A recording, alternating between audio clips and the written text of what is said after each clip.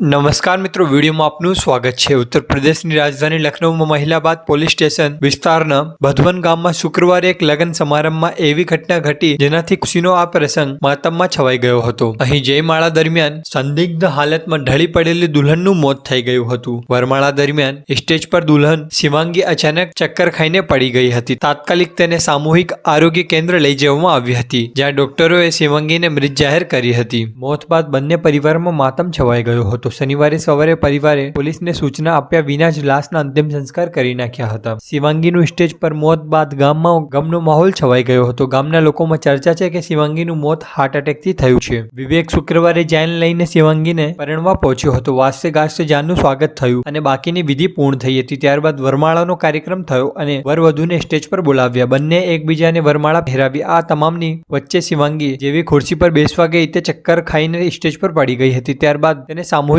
આરોગ્ય કેન્દ્ર લઈ જવામાં આવ્યો હતો, જ્યાં ડોક્ટરોએ તેમને મૃત જાહેર કર્યો હતો। તો બસ મિત્રો, આ વિડીયો અહીં પૂરું થાય છે। વિડીયો ગમ્યો હોય તો લાઈક કરો, કમેન્ટ કરો અને ચેનલને સબસ્ક્રાઇબ કરો।